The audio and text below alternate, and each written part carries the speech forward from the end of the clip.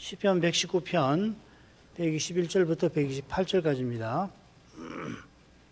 내가 공과 의를 행하였사오니 나를 압박자에게 붙이지 마옵소서. 주의 종을 보증하사 복을 얻게 하시고 교만한 자가 나를 압박하지 못하게 하소서. 내 눈이 주의 구원과 주의 의로운 말씀을 사모하기에 피곤하니이다. 주의 인자하신 대로 주의 종에게 행하사 주의 율례로 나에게 가르치소서.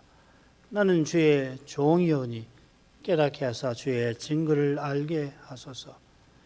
저희가 주의 법을 폐하여 싸우니 지금은 여호와의 일하실 때니이다. 그러므로 내가 주의 계명을 금 곧 정금보다 더 사랑하나이다. 그러므로 내가 범사의 주의 법도를 바르게 여기고 모든 거짓 행위를 미워하나이다.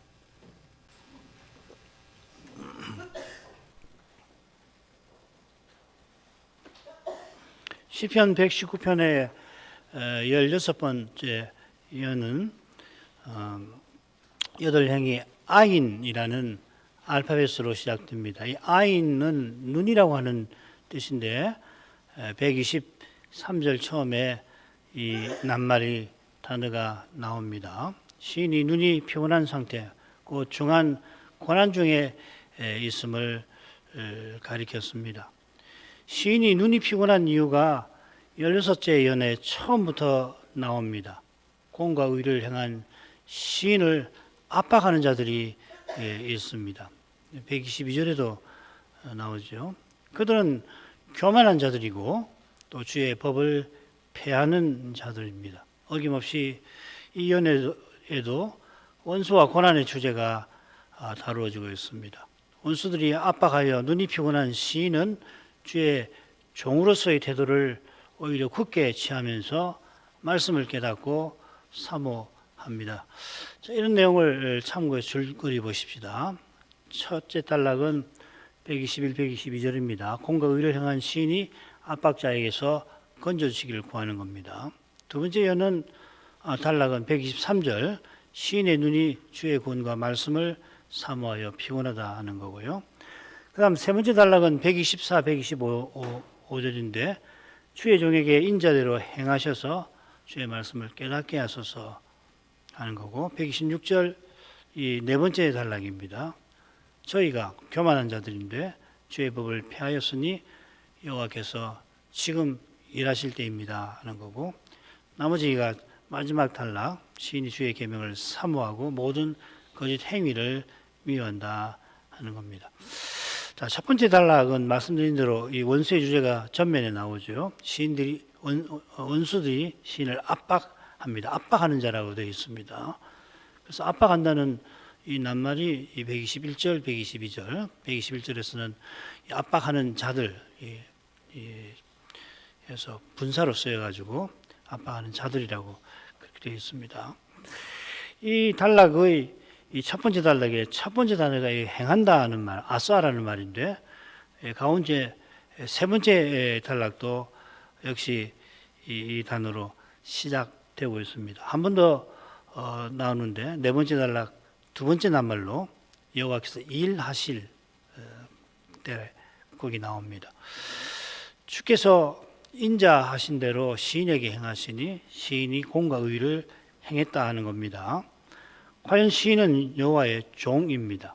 이 여호와의 종, 주의 종이라고 하는 표현, 세 번째 단락 두 번째 행이 주의 종이라 하는 표현으로 시작되는데, 같은 표현이 첫 번째 행 124절에도 여호와의 주의 종이라는 표현이 나오고요.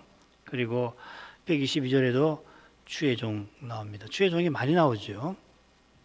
다섯 번째 단락은 똑같이 이 그러므로 이 arcane이라고 하는 말인데, 똑같이 그러므로 127절에는 주의 계명을 사랑한다고 시인이 고백하고, 128절에는 모든 거짓 행위를 미워한다 이렇게 대조되어 있습니다. 이러한 심정이 한가운데 세 번째 단락에서 주의 종다우게 말씀을 깨닫기를 힘쓰는 태도로 나타나고 있습니다. 줄거리는 그런 정도로 해서 본론으로 가죠. 본문으로 가죠. 내가 공과 의를 행하여 싸우니 나를 압박자에게 붙이지 마옵소서. 주의 종을 보증하사 복을 얻게 하시고 교만한 자가 나를 압박하지 못하게 하소서. 시인은 공과 의를 자기가 행했다 아뢰면서 원수에게서 건져달라고 구합니다. 이 공이라는 말, 이게 미슈파트라는 말이고 119편의 말씀 어휘 중 하나고 가장 다양하게 번역이 되어 있습니다. 교례, 판단, 국문, 심지어 이걸 풀어서 베푸시는 뭐 이렇게도 번역이 되어 있습니다. 이 절에서도 규례라고 새겨도 되겠다 생각합니다만은 의가 나오니까 거기에 맞춰서 공이라 새겼습니다. 오늘 낭독한 시편 99편에 여호와께서 공과 의를 행하셨다 그렇게 되어 있죠. 이 의라고 하는 것은 하나님의 언약을 믿고 지키는 태도를 총칭합니다. 하나님께 쓰일 때 99편에서는 여호와께서 공과 의를 행하셨다 했는데 그럴 때는 여호와께서 언약을 신실히 행하신 것을 주로 표시하는 굉장히 뜻이 포괄적인 낱말이 의입니다. 그래서 구원이라고 하는 말하고 동치가 될 정도죠. 시인이 언약을 믿고 지키는 태도로 언약을 이루는 규례를 행하였던 겁니다. 시인이 공과 의를 행한 것을 아뢰는 그 심정을 잘 헤아려야 이어서 그가 뭘 구하는가를 제대로 알 것입니다. 시인이 공과 의를 행한 그것을 감히 하나님 앞에 내세우는 건 아니겠죠. 그건 우리가 잘 압니다. 만약에 그렇게 내세운다면 그건 내세우는 그 태도 자체가 공과 의를 이루지 못하는 그것과 어긋나는 것이죠. 장차 재림 때에 어떤 사람들이 주여 주여 우리가 주의 이름으로 선제 노릇을 하지 아니하였습니까? 하고서 주의 앞에 악을 행하고 있을 거라고 주님께서는 산상보원에서 경고하셨죠. 악을 행하는 자들아, 거기 보면은 주여 주여 우리가 주의 이름으로 선제 노릇을 하지 아니하였습니까? 그때에 내가 악을 행하는 자들아, 악을 행하고 있는 자들아 내게서 떠나가라 할 거라 하셨죠. 주의 경고를 우리 모두가 늘 마음에 새겨야만 바리새인의 누룩에 오염되지 않습니다. 바울 사도처럼 모든 사도보다 더 많이 수고하더라도 수고한 것은 내가 아니라 하며 날마다 자기를 부인하는 거기서 시인처럼 공과 의를 참으로 행하는 길이 열리는 것입니다. 그러니까 공과 의를 행했다고 시인이 아뢰는 것은 여호와께서 자기에게 인자하셨던 것을 사실은 고백하는 거고 그 인자하심을 더욱 구하는 심정이었습니다. 여호와께서 인자하셔서 이스라엘과 언약을 맺으셨으니 그 언약을 이루어 주시기를 바라면서 그 증거로서 자기가 공과 의를 행한 것을 아뢰는 거죠. 그런 심정으로 시인은 나를 압박자에게 붙이지 마옵소서 합니다. 압박자가 누군가 122절에 교만한 자들이라고 되어 있죠. 교만한 자들이 119편에 모두 6번 나오고 우리는 이미 5번을 살폈습니다. 그들이 압박하는 것이 무엇인가 짐작할 수 있죠. 필시 교만한 자들이 시인의 이 약점을 빌미 삼아서 그를 죄인을 만들어 주를 경외하는 자들로 선지자인 이 시인을 멀리하게 만드는 겁니다. 물론 다른 악행들도 얼마든지 있겠습니다만은 다른 악행도 물론 악하겠지만 방금 말씀드린 것보다 심할 수가 있을지 모르겠습니다. 가장 악한 거 아니에요? 하나님 말씀을 듣지 못하도록 만드는 거. 그거 크게 사탄이 가장 노리는 거 아닙니까? 다만 시인이 압박한다 표현한 의정을 조금 살펴보겠습니다. 이 압박한다 아샤크인데요. 이 크게 두 가지 의미가 있어요. 가난하고 힘없는 언약 백성을 학대한다 할 때, 또 열왕이 이스라엘을 압제한다 할 때 쓰입니다. 그러니까 시인이 개인으로서는 교만한 자들에게 무고하게 학대를 받고 있지만은 아울러 주의 종으로서 그들이 마치 열왕처럼 언약의 나라를 압제하고 인간 나라, 인간 세상 만드는 것을 주님 이걸 살피지 아니하십니까? 이걸 돌아보지 아니하실 것입니까? 하는 거겠죠. 달리 표현하면 교만한 자가 압박하는 것은 그저 사리사욕 채우는 데 그치지 않고 배도하는 것을 암시하는 겁니다. 시인이 압박자에게 나를 붙이지 마소서 한 것이나 교만한 자가 나를 압박하지 못하게 하소서 하는 것은 주님 언약을 친히 이루어 주시기를 간절히 바라는 거였죠. 자기가 믿음의 길에서 억울하게 죽임 당할 수도 있습니다만 그런 고난을 통해서라도 그 믿음의 길이 끝까지 구원의 역사가 끝까지 이어지기를 바라는 거겠습니다. 바울 사도가 주의 사명을 위하여 내가 날마다 도살할 양과 같이 되었다 하고서 바로 몇 절 뒤에 동족의 구원을 위해서 그리스도에게 끊어지는 그 편을 택하려 한 데서 믿음의 신비, 곧 그리스도의 위대한 승리가 드러나는 겁니다. 이런 신비를 맛보게 하려고 주님께서 너희가 내 제자가 되려면 자기 목숨까지 미워해야 한다 하신 줄로 믿습니다. 같은 심정이 주의 종을 보증하사 복을 얻게 하소서 한 데서도 잘 드러납니다. 이 주의 종을 보증하소서, 하나님이 보증해 달라 이 말이죠, 그죠? 하나님께서 주의 종에게 보증이 되어 주십시오 하는 건데, 여호와께서 주의 종에게 언약을 꼭 이루어 주십시오 하는 겁니다. 이 보증하소서라는 말을 이해하기 위해서 유다의 일을 좀 설명하겠습니다. 유다가 다시 양식을 구하러 이집트로 가야 하게 됐을 때에 베냐민을 데리고 가야 되잖아요. 그런데 야곱이 그 허락하나요? 그런데 양식은 떨어졌습니다. 다 앉아서 굶어 죽게 생겼는데 그렇게 가야 할 때 유다가 내가 그의 몸을 담보하겠습니다.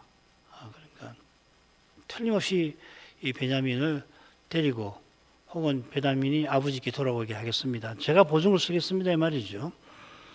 그걸 맹세를 한 겁니다. 그처럼 이집트로 내려가서 총리 요셉에게 주의 종이 내 아비에게 이 아이를 담보하였습니다. 그 요셉이 알고서 베냐민을 묶어두려고 하니까 유다가 아버지께 제가 맹세로 담보하였습니다. 이 아이 대신 내가 남아서 종살이 하겠습니다 한 거죠. 이런 배경에 비추어서 주의 종을 보증하소서 한 것은 그저 여호와께서 이루어 주십시오 바라는 정도가 아니라 여호와께서 맹세로 세우신 언약을 꼭 이루어 주십시오 하는 겁니다. 그러니까 굉장히 고고한 수준의 기도 아니겠습니까? 그러니까 이런 기도는 아무나 드리는 것 아니죠. 이 선지자의 그 사명의식, 선지자의 그 높은 의식, 언약에 대한 깊은 이해가 있고 하나님과 평소에 그런 깊은 교제하여서 이런 걸 드리는 거 아니에요.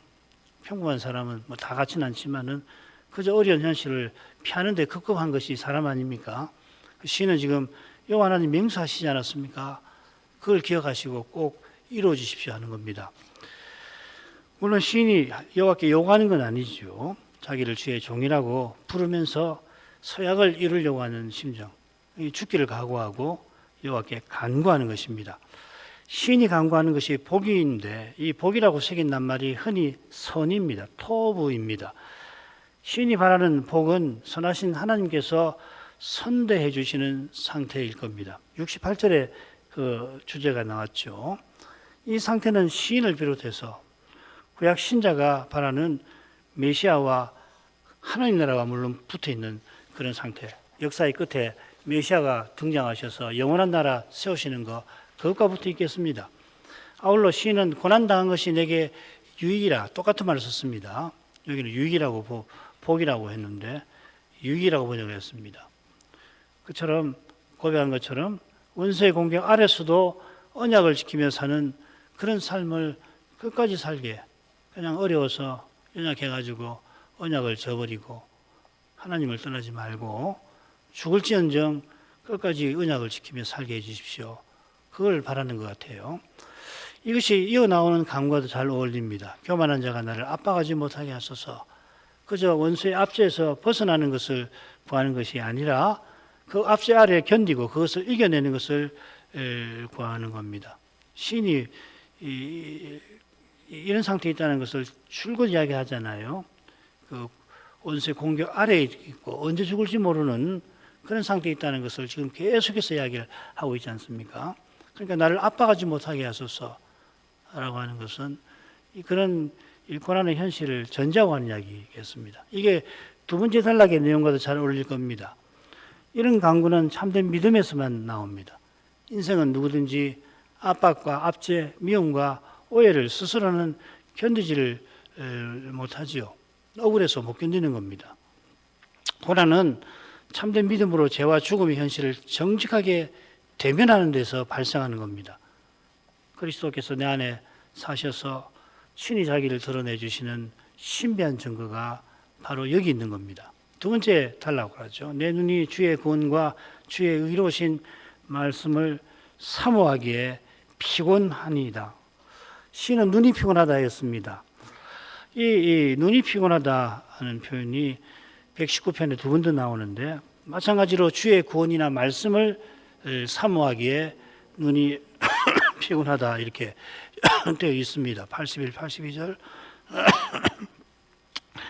이 두 구절이 제11연에 속하는데, 이 연에 속한 87절에 이 피곤하다고 새긴 낱말이 한 번 더 나와요. 그 칼라라는 말인데, 거기는 멸하였다, 소멸하였다 라는 뜻으로 새깁니다.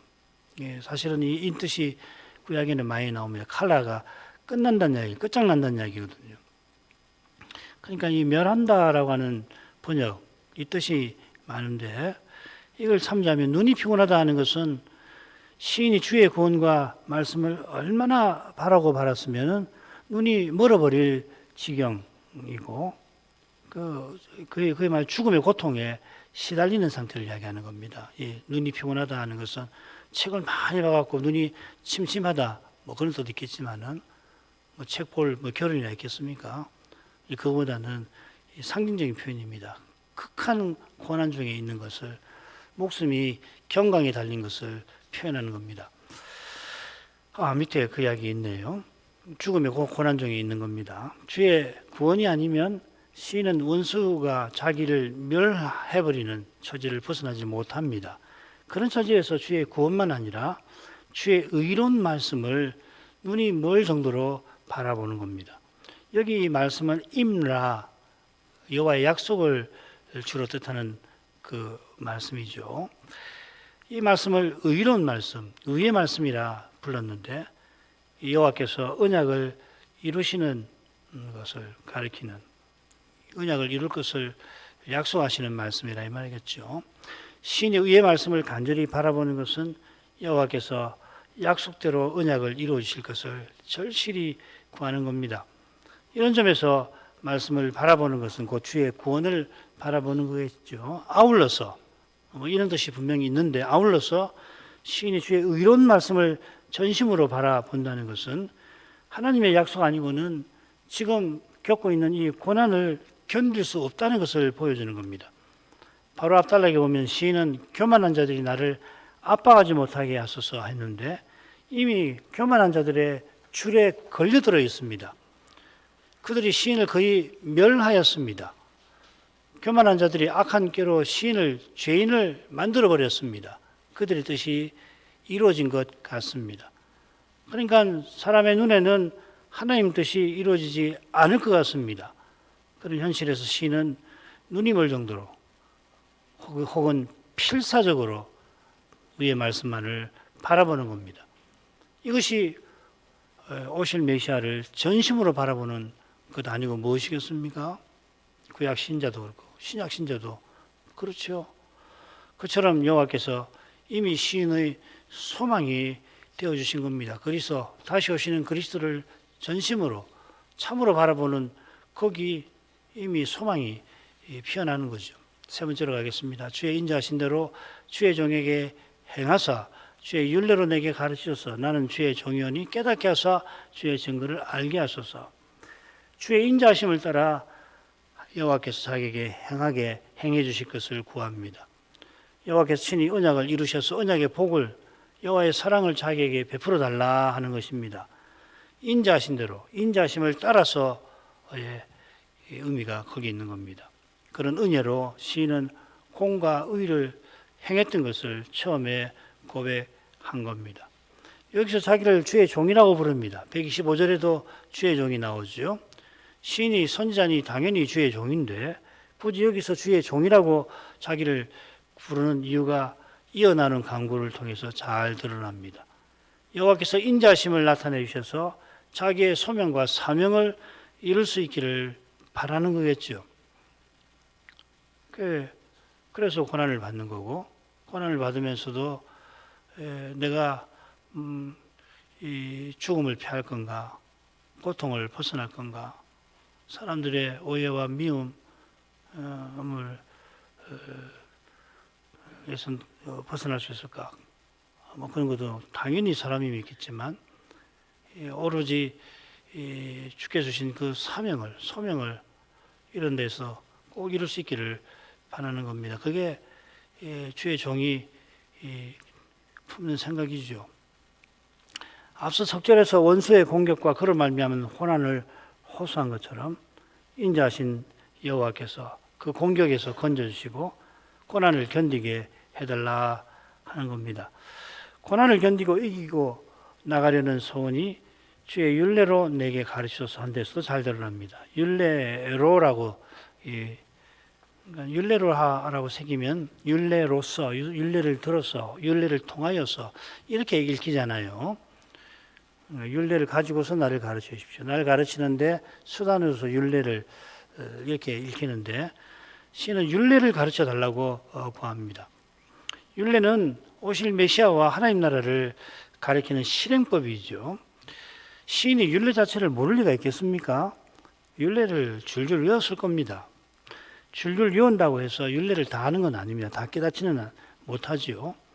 우리는 율례에 담긴 교훈을 생각합니다마는 실은 율례를 통해서 여호와께서 말씀하시는 것을 듣는 것이 바로 율례를 깨닫는 핵심인 겁니다.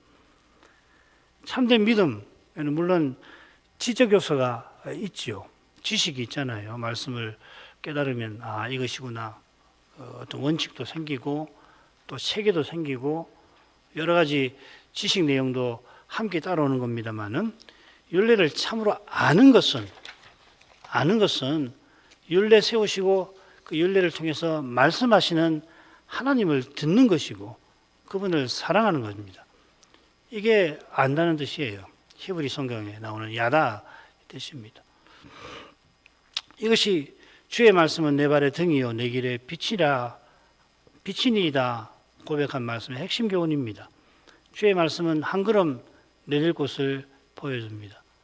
주의 말씀이 먼 장래도 분명히 교훈합니다마는 거기에 한달음에 도달할 그런 지혜와 힘을 주지는 않습니다.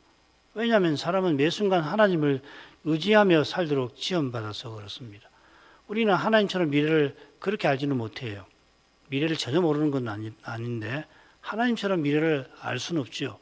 게다가 하나님은 미래를 그저 내다보실 정도가 아니라 그 미래를 만들어 가시는 분이잖아요. 우리는 말씀의 등불에 비추어서 저 복된 미래로 착실히 나아갈 뿐입니다. 그러한 방식으로 선한 목자께서는 교회와 신자를 인도하십니다. 시인이 지금 처한 처지는 한치 앞을 알기 힘든 한치 앞에 사망의 올무가 도처에 놓여 있는 그런 형편입니다. 그런 형편에서 시인이 윤리를 배우겠다 하는 것은 학자가 책상머리에 앉아가지고 연구하는 것일 수 없죠. 제대로 된 학자는 그렇게도 하지 않습니다만은 시인은 더더구나 그렇고 형편이 그렇고 제가 죽음의 현실에서 현실을 정직하게 대면하는 신자는 사실 이런 겁니다. 그래서 한치 앞을 모르는 거잖아요. 여호와께서 그런 형편에서도 친히 율례를 이루어 나가시는 것을 보고자 하는 것입니다. 주의 거룩한 영광을 보고자 하는 겁니다. 말씀에서 주의 영광을 보는 것이 중요한 것입니다. 이런 심정이 나는 주의 종이오니 한 데서도 잘 드러납니다. 주께서 나 같은 자를 주의 종으로 세우셨으니 세우신 뜻을 친히 이루어 주소서 하는 거죠. 시인이 선자로 세움받았습니다. 선자는 주의 말씀을 받아 전하는 직분입니다. 이 직분이 언제든지 언약의 나라에 절실한데 시인이 처한 시대야말로 가장 절실합니다. 그런데 정작 선지자 자신이 이 직분을 수행하는데 큰 장애를 만나지 않았습니까? 어려운 처지에 놓였습니다. 무엇보다 주를 경외하는 자들이 이 선자를 오해하고 멀리합니다. 그들의 입장 전혀 이해 못하는 바는 아니지만 그러나 동시에 도무지 이해할 수 없는 상황인 거예요. 그러니까 고난을 받는 거다. 우리가 다 알잖아요. 믿음으로 살면 고난을 받는 거지.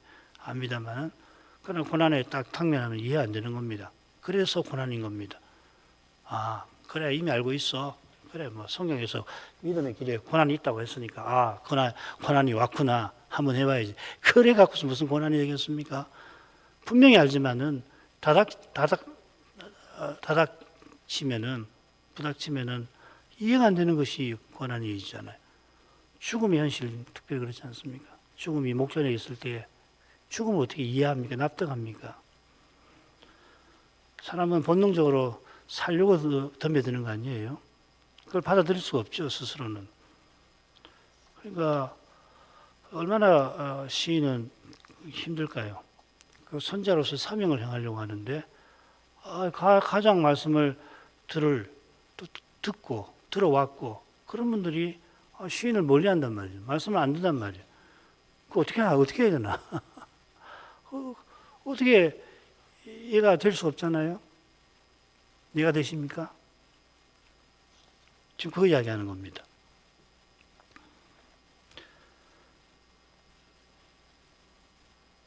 이런 현실에서 깨닫게 하소서. 이 현실을 깨닫게 하소서. 이 현실에서 어떻게 내가 사명을 이룰 수가 있습니까? 어떻게 사명을 이루어 가실 것입니까? 포기해 주십시오. 그 말이겠죠. 절절하지 않습니까? 시인이 자신의 처지를 다 헤아리지 못하고 자기 시대는 말할 것도 없습니다. 이런 시대에 이런 처지에서 소명 이룰 길이 사람 눈에 안 보입니다. 요만하십니다. 여호와께서만 길을 여십니다. 그 길을 걷게 하십니다. 시인이 주의 거룩한 은혜와 신비한 능력을 구하고 있습니다. 주의 깨닫게 하심을 구하는 목적이 125절 끝에 나옵니다. 주의 증거를 알게 하소서. 이 증거 에두트라는 말, 이 언약의 옛말이라고 말씀드렸죠. 언약의 말씀입니다. 주께서 언약을 친히 이루심을 맛보고자 하는 심정을 보여줍니다. 오직 구원이 은혜에 있는 것이 오직 하나님이 구원하신다는 뜻이듯이 하나님이 친히 언약을 이루시고 언약의 복을 거저 주십니다.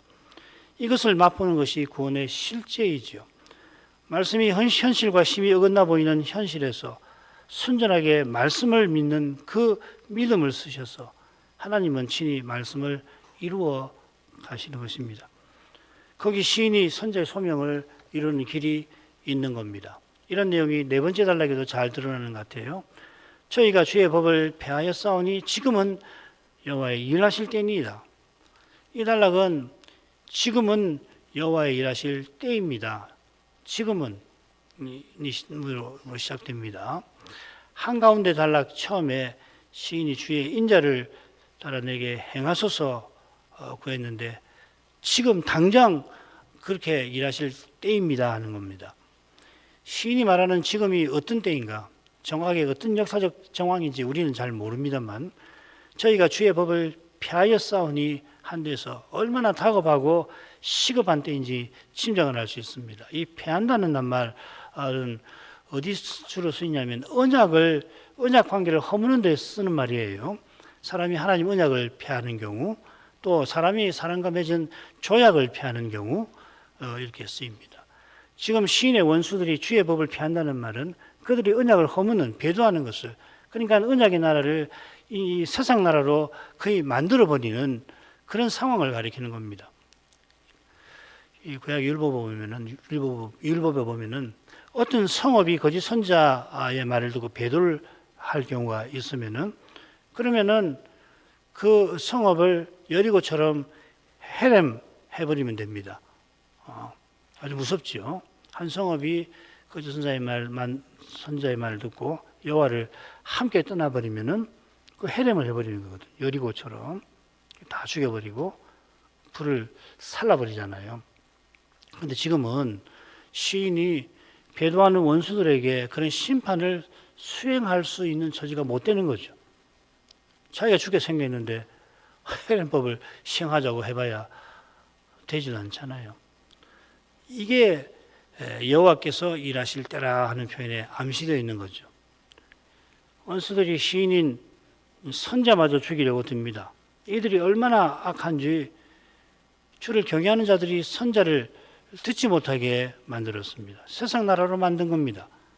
이 큰 죄를 처벌하실 분은 여호와밖에 계시지 않는다 하는 말이죠. 시인이 얼마나 마음이 다급한지 이 원문의 순서에서 확인이 됩니다. 원문 순서대로 읽어보면 이렇습니다.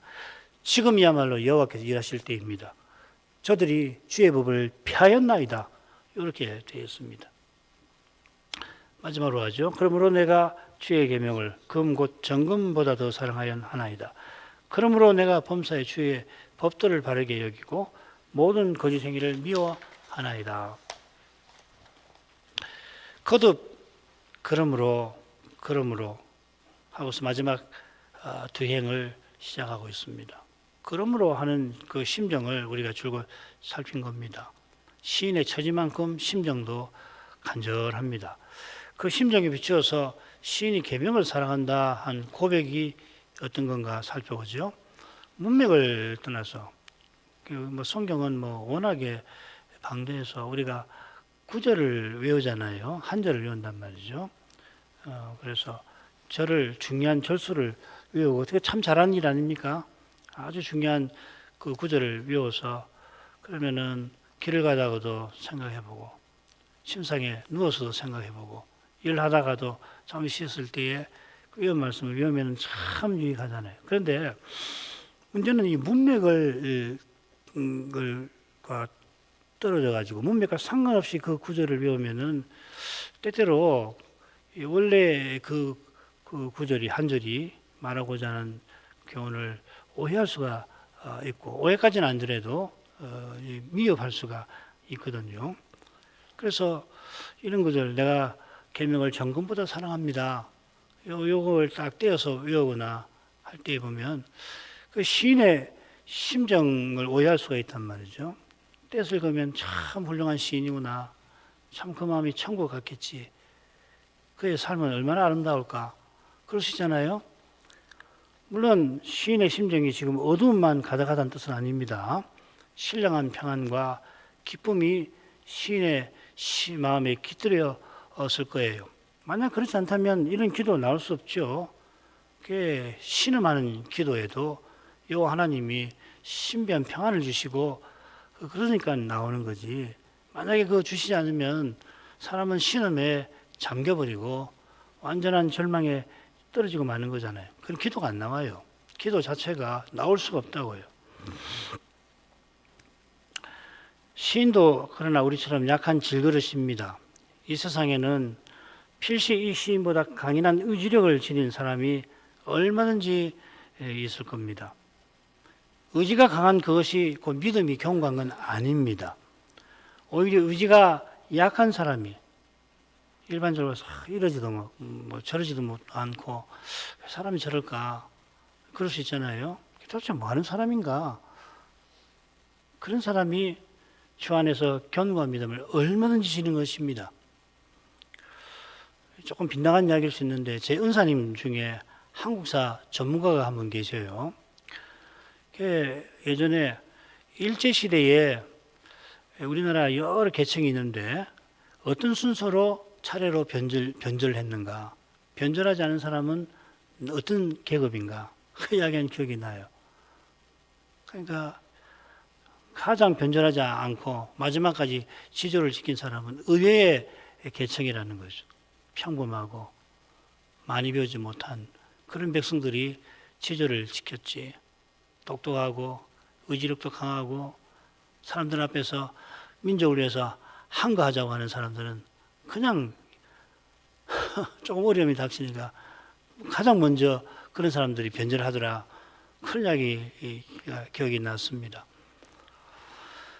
이 세상 충성도 그러한데 더욱이 하나님 나라의 믿음은 사람에게서 나는 것이 아니라 더 그렇습니다. 근본적으로 다른 겁니다. 이 신비한 점을 놓치면은 사람의 관점에서 믿음을 판단해서 오해하기가 참 쉬워요. 조금 다를 수 있지만은 마지막 단락에서 시인이 주의 계명을 사랑합니다 고백할 때 어떤 심정인가를 헤아리려면 시인이 처한 형편을 살펴야 하는 겁니다. 원수들이 주의 법을 폐한 현실, 눈앞의 현실이 말씀과 심히 어긋나 보이는 현실, 말씀대로 하면 도저히 되지 않을 것 같은 현실에 지금 처해 있는 겁니다. 이런 현실에서 시인은 주의 계명을 사랑합니다.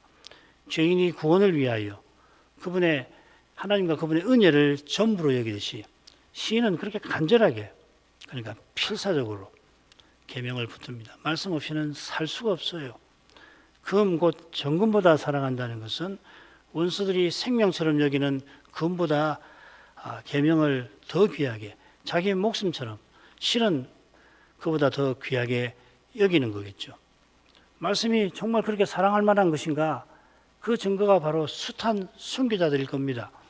순교자 중에는 자국어 성경을 소지했다는 이유로 목숨을 잃은 이들이 있습니다. 종교개혁 직후에 말이에요. 달리 말하면 그들은 죽을 줄 알고 그 성경책을 품에 간직하고 다녔습니다. 발각에 잡히면 감옥에 갇히고 여차하면 죽을 수 있는데도 말입니다. 성경에서 정금보다 귀한 구원을, 온 생명보다 고귀하신 그리스도를 발견한 까닭이겠죠. 그처럼 주님께서 나를 따라오려거든 자기 목숨까지 미워하라 하신 겁니다. 바로 이런 삶이 있어서 사람의 목숨이 천하 얻는 것보다 귀하다 하신 거겠죠. 이걸 떠나서 어떻게 사람의 목숨이 천하보다 귀할 수 있습니까? 정말 이해가 되십니까? 이 사실이 있어서 그런 거예요. 이 사실이 있어서 천하보다 그리스도를 사랑하고 그리스도를 위해서 기꺼이 주님을 위해서 목숨을 버리는 그런 사람은 천하보다 귀한 거라고요. 하나님 천하를 주신 목적이 바로 그런 사람을 얻기 위해서 그렇게 살게 하시려고 오늘도 천하를 주시는 거 아닙니까? 온갖 선한 것을 무사람에게 주시는 거 아니에요? 그리스도와 함께하는 삶, 그리스도의 남은 고난에 참여하는 삶, 천하 얻는 것보다 틀림없이 낫습니다. 장차 그리스도와 함께 영원한 영광에 이를 테니 비할 수 없이 낫습니다. 이런 고난 중에서 또한 저 복된 소망 위에서 시인이 주의 계명을 정금보다 사모하는 겁니다. 이어 시인은 모든 주의 법도와 모든 거짓 행위를 대조하면서 주를 향한 간절한 심정을 아뢰입니다. 범사의 주의 법도를 바르게 여긴다. 나쁘진 않습니다만은 원문은 모든 법도라고 되어 있고요. 사실은 모든이라는 말이 한 번 더 쓰여 있습니다. 이것 때문에 아마 범사회라고 번역한지 모르겠습니다. 두 번째 모든 주의 모든 법도를 모두를 바르게 여기나이다. 아마 여러분 갖고 계시는 영어는 다 그렇게 번역되어 있을 겁니다. 바르게 여긴다는 것은 모든 거짓 행위를 미워하는 것과 정반대되는 행위겠죠. 앞절에서는 사랑한다고 표현했습니다. 사랑하는데 바르게 여김으로 사랑한다는 겁니다. 바르게 여긴다는 것은 주의 모든 법들을 옳다고 시인하는 거겠죠. 같은 동사가 시편에 한 번 더 나오는데 거기서는 곧게 한다 이렇게 새겼습니다. 시인이 주의 모든 법들을 순전하게 붙드는 겁니다. 이 법도에는 보살핌이라는 뜻이 있어서 시인이 주의 보살피심을 전심으로 바라는 심정도 드러내는 것 같습니다. 이는 그 모든 거짓 행위를 미워하는 태도와도 붙어 있습니다. 이 행위, 오라흐라는 말은 흔히 길이라고 새기는 말입니다. 거짓 행위는 교만한 자들이 거짓으로 자기 영광과 권세를 추구하는 길을 가리킵니다. 시인도 우리처럼 연약한 인생이니 억울한 현실에서 교만한 자들처럼 사람의 깨와 힘을 의지하려고 하는 마음이 어찌 일어나지 않았겠습니까? 이런 마음은 저절로 일어나는 겁니다. 부패한 본성에서 이런 현실을 만나면 자기도 모르게 일어나는 거예요. 그런 때에 73편은 더 분명하게 고백하지 않습니까? 73편의 시인은 시기심이 나가지고서 내가 헛믿은 거 아닌가? 그런 때의 시인은 그런 행위, 그런 길을 거부합니다. 시인 눈앞에는 그런 길이 크게 보이겠죠. 시인의 현실 앞에, 시인의 사람의 눈앞에는 그런 길이 가득하지 않겠습니까? 그런데 그걸 거부하는 겁니다. 그가 그렇게 하는 것은 주의 보살피심을 믿고 의지한 데 있습니다. 주의 법도에서 시인은 주께서 보살펴 주심을 깨닫습니다. 주의 사랑의 영광을 말씀에서 보는 겁니다. 이 신비를 보는 교회와 신자만이 아무리 불리해도 심지어도 모든 것을 잃을 것 같은 형편에서도 거짓 길에 행하지 않게 될 것입니다. 기도하겠습니다. 거룩하신 아버지, 구약 시인이 주의 택하신 자로서 밤낮 원한 풀어주실 것을 여호와께 간절히 구했던 것을 오늘도 시편 119편의 한 연에서 살펴보았습니다. 시인의 간절한 기도가 여호와께 상달되었기 때문에 여호와께서 마침내 여호와의 종으로 이 세상에 오셨습니다. 그처럼 저희도 비유의 과부처럼 그렇게 간절한 심정으로 택하신 자들의 그 원한을 하나님의 뜻이 속히 이루어지기를 구하는 그런 기도를 하나님께 아뢰며 살아갈 수 있게 해주옵소서. 그 원한은 그리스도의 남은 고난을 맛보는 거기서 고난의 남은 것이 얼른 채워지기를 바라는 데서, 그래서 바울사도처럼 바울사도가 가능하다면 자기 육체의 그 모든 고난을 채우려고 하기도 한 데서 할 만큼 고난에 남은 것이 속에 채워지길 바라는 마음이 신자에게 있게 하십니다.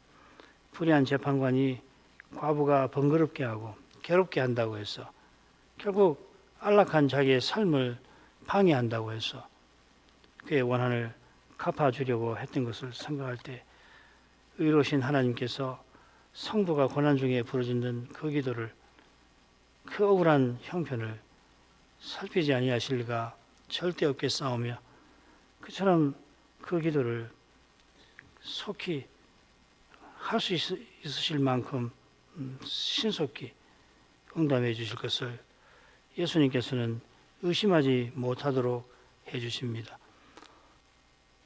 하나님의 거룩하신 그 사랑의 영광을 말씀에서 뵙게 해주옵소서. 예수님 이름으로 기도합니다. 아멘.